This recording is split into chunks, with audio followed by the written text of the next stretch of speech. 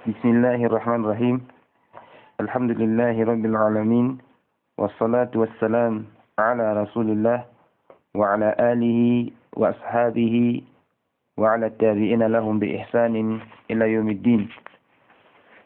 Alors que nous sommes le 12 Shawwal de l'an 1442 de l'émigration du messager d'Allah de sa terre natale la Mecque vers la Médine, la terre d'immigration, correspondant au 24 mai 2021, nous voulons, Inch'Allah Rahman, si Allah, le Seigneur très vénéré, l'a prescrit pour nous, poursuivre la lecture de notre épître Mukhtasar al-Tashil al-Aqida al-Islamiyya de l'éminent érudit Abdullah ibn Abdul Aziz al-Jibrin, Rabbuna Rahamu Rahmatan Yaliku bi Jalalihi.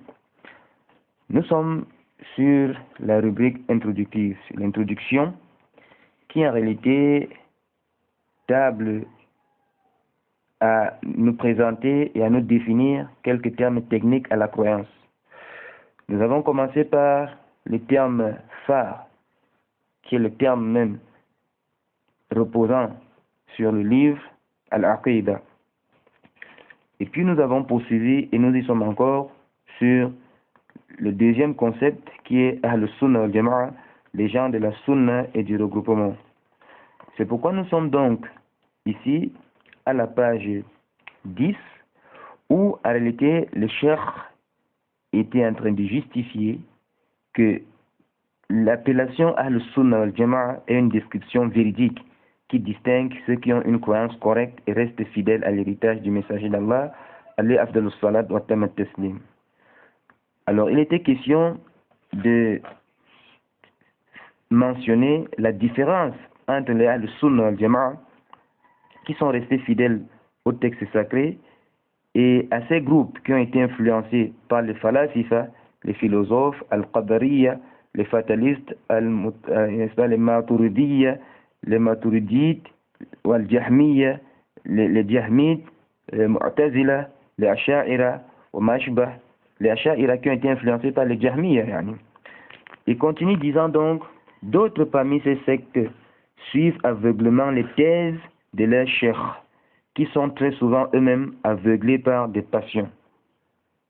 Voilà une autre différence fondamentale. Le Sunnah wal-Jama'a suivent le Coran, la Sunna, à la compréhension des pieux prédécesseurs. Mais ceux-ci, par contre, suivent aveuglement les thèses de leurs cheikhs, qui sont très souvent eux-mêmes aveuglés par des passions, comme c'est le cas des soufis.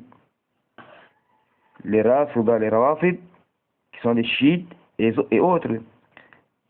Ainsi, les adeptes de ces sectes préfèrent clairement les paroles de leurs cheikhs à la parole d'Allah et à celle de son messager, Muhammad sallallahu alayhi wa sallam, le meilleur des hommes. Par exemple, quand vous prenez des livres de référence chez les chiites, ils vous disent dans certains de leurs livres, A'imatuna ya'lamuna mata yamutun. Usul al-Qaf yani, wa la yamutuna illa bi'tiyarihim. Nos imams connaissent le jour où ils vont mourir. A'udhu billah. Allah dit dans le Coran que personne ne connaît le lieu et le jour où il va mourir. Personne ne connaît. Parce que si quelqu'un savait qu'il doit mourir à tel endroit, il n'ira jamais là-bas. Pourquoi? Al-insan majboul ala hubbil baqa. Allah a créé l'homme et l'homme, n'est-ce pas, aime vivre.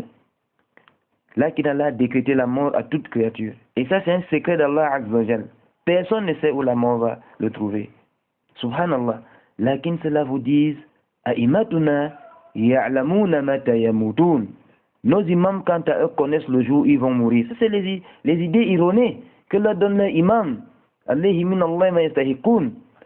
Wa la yamutuna illa bi ikhtiyarihim. Ils ne vont mourir que par leur volonté. Ça veut dire que s'ils ne veulent pas mourir, ils ne vont pas mourir. Ce sont des influences qui, n'est-ce pas, animent. Ces gens-là, comme voient certains soufis, les tidjanites, les trucs, ils disent du n'importe quoi à leurs fidèles. Que si tu me vois lundi, tu iras au paradis, si tu me vois... Les choses qu'on n'a pas entendues, le prophète samedi, ils font du n'importe quoi, ils mangent l'argent des fidèles dans le faux, un peu comme les ahbar, wa hakeza. Alors, il dit, d'ailleurs, de nombreuses sectes tirent leur appellation du nom de leur fondateur, comme les Jahmites, les Jahmiya, qui tirent leur appellation de Jam ibn Safwan. Vous avez, n'est-ce pas, les Ash'aira, d'Abul Hassan al-Ash'ari, bien que celui-ci ait finalement abandonné cette croyance pour suivre la croyance d'Ahl-Sunnah al-Jama'a. Ses adeptes restent attachés à son héritage, à son hérésie malheureusement. Lui-même, il s'est rendu compte avec l'aide d'Allah qu'il n'était pas sur le droit chemin. Il est donc revenu sur le droit chemin. Mais regardez, subhanallah, al-asfar al-sayyi'a la ta'rif al-hudud. Les mauvaises idéologies ne connaissent pas de frontières. Ça se répand assez vite. Et c'est peut que, regardez, l'auteur même de ces idéologies, motivé par quelques raisons qu'on peut ignorer, il revient vers Allah subhanahu wa ta'ala. Allah le guide à revenir dans la sunna. Mais malheureusement, ses adeptes restent bloqués dans son hérésie. Les Abadites d'Abdullah ibn Abbad, parmi ces sectes, il y en a qui tirent leur nom de la doctrine qu'elles professent et qui est contraire à la voix du prophète Mohammed sallallahu alayhi wa sallam. D'autres tirent leur nom de leur auteur, ceux qui font de les sectes. Le Prophète sallallahu alayhi wa sallam a fait allusion à ça dans le récit de Aïcha.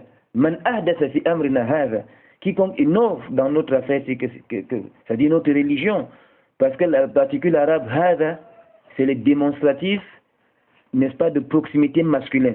Le Prophète sallallahu alayhi wa sallam est en train de parler de quelque chose qui est établi. Man ahdatha fi amrina hadha, celui qui innove dans notre affaire, que voici, ça dit notre religion. Man laysa min, ce qui ne fait pas partie fawarad. On vous dit d'autres sectes portent le nom de leur auteur, de leur fondateur. D'autres sectes portent le nom de l'idéologie qu'elles défendent. C'est-à-dire, et qu'elles professent, qui est contraire à la voix du prophète sallallahu alayhi wa sallam, ou à certains de leurs mauvais actes, comme c'est le cas de Rawafid, qui ont refusé, n'est-ce pas, c'est-à-dire l'imama d'Abu Bakr et d'Omar, et les ont désavoués. Ils ont eu Rafadnaq, en disant petit-fils du prophète sallallahu alayhi wa sallam. On les a appelés les Rawafid. Les Qadariya, qui tirent le nom du refus du destin, parce qu'ils ne croient pas au destin. Les Qadariya, ça c'est même un nom, parce qu'en disant les Qadariya, c'est comme si croient au destin, ou comme on appelle aussi les autres, les Qur'aniyoun, qui en réalité ne devaient même pas s'appeler comme ça, fil haqiqa. Lakin, ceux qui me croient au destin, les Qadariya, et on dit, n'est-ce pas, le premier qui, n'est-ce pas, a mécrit au destin, c'était, n'est-ce pas, Sosan al-Baqal. Rajul Nasara, il n'était pas vitil qu'Ad-Daraja. Il était fréquenté par Ma'bad al-Juhani. Et Ma'bad al-Juhani était influencé par sa doctrine. Et c'est donc le premier parmi les musulmans qui ont mécrit au destin en Irak. Vous voyez, puis, et les Khawarij, dont le nom fait référence à la rébellion contre les autorités. On les appelle les Khawarij. Allah a préservé les gens de la sunna, Ahl-Sunnah, de toute appellation et de toute orientation autre que celle de la sunna. Ils suivent scrupuleusement les traces de celui qui exempte d'erreurs et de fautes, le messager d'Allah, Muhammad ibn Abdullah, sallallahu alayhi wa ala alihi wa sallam, en répondant, n'est-ce pas, de cette manière, à l'appel d'Allah Azza. Ça c'est par l'application pratique de l'injonction divine. Allah subhanahu wa ta'ala dit wa ati'u Allah wa ati'u Rasul. Obéissez à Allah, obéissez à son messager. Laqad kana lakum fi rasulillahi uswatun hasana. Vous avez le messager d'Allah un bel exemple à suivre. Le noble prophète qui fut soutenu dans sa mission par une révélation venant du ciel, c'est-à-dire venant d'Allah, c'est mieux de dire comme ça, venant d'Allah, et ne parlait pas de son propre chef, mais guidé par une inspiration divine. Aussi ne se réclame-t-il que de la sunna. Certains savants désignent les gens de la sunna al-sunnah al-jama'a par les gens du hadith, yani ashabul hadith. Et on les appelle aussi ahlul hadith, parce qu'ils ont accordé beaucoup de sollicitude à la rédaction et à l'étude des récits prophétiques.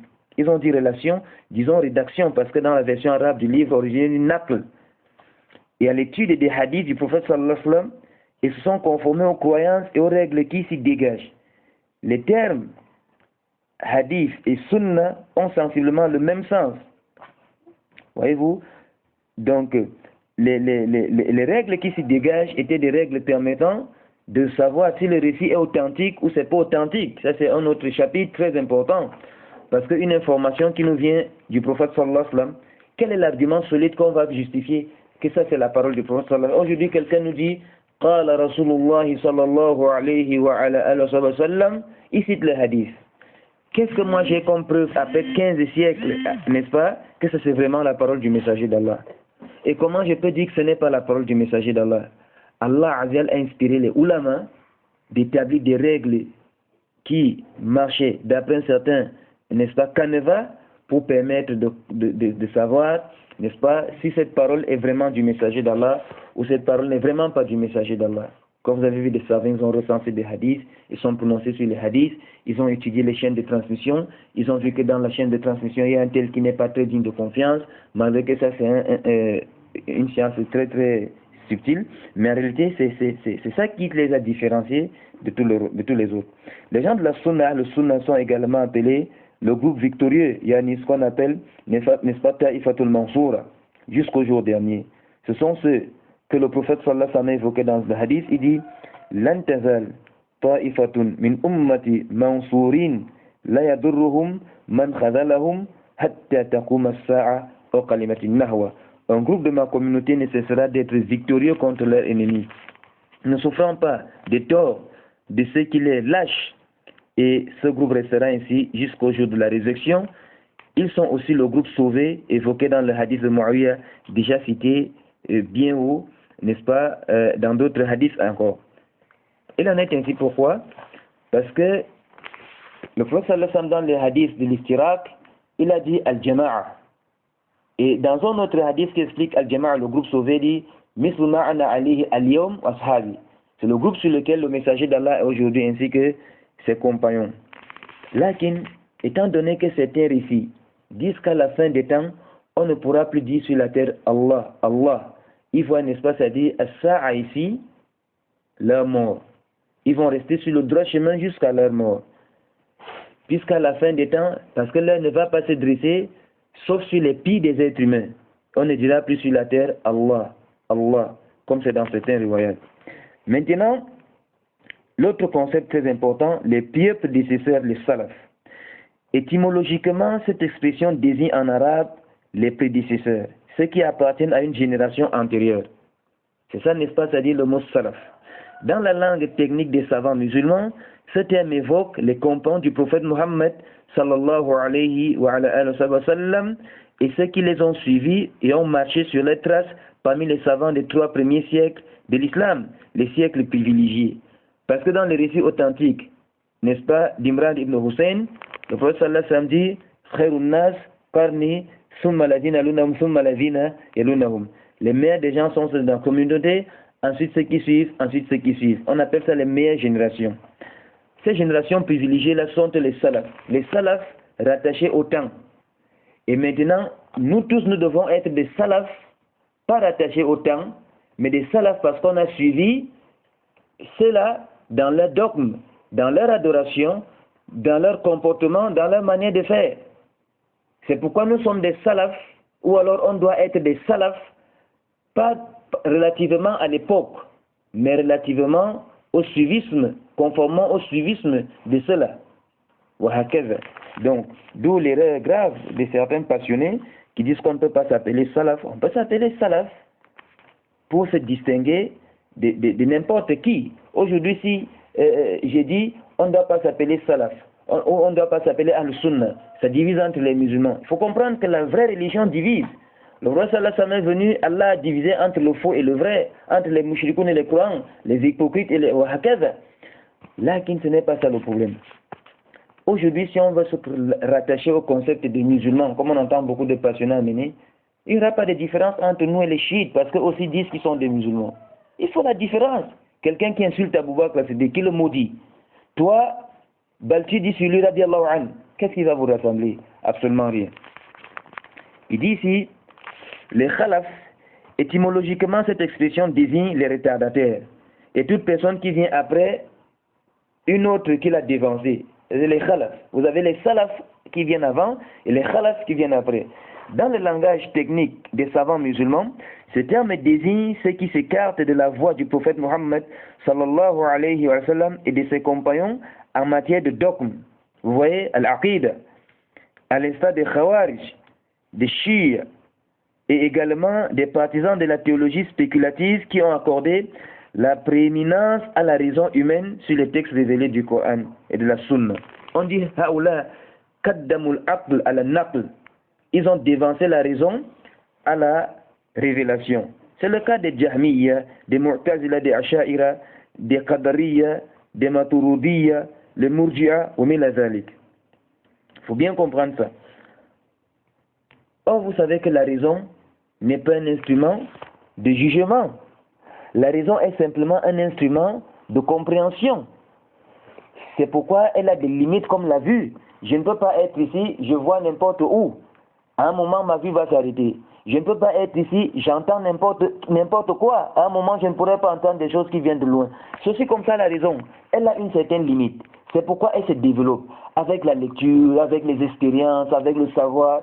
La manière dont tu raisonnes aujourd'hui, tu ne peux pas raisonner comme ça demain. Donc on ne peut pas prendre de la raison comme un instrument de jugement. C'est l'erreur dans laquelle tous ces gens-là sont tombés. Voilà, comme nous avons l'habitude de dire, celui qui a réussi, c'est celui à qui Allah a accordé la réussite. Wallahu musta'an. Subhanakallahumma bihamdik. Ashhadu an la ilaha illa anta. Astaghfiruka wa atubu ilayk.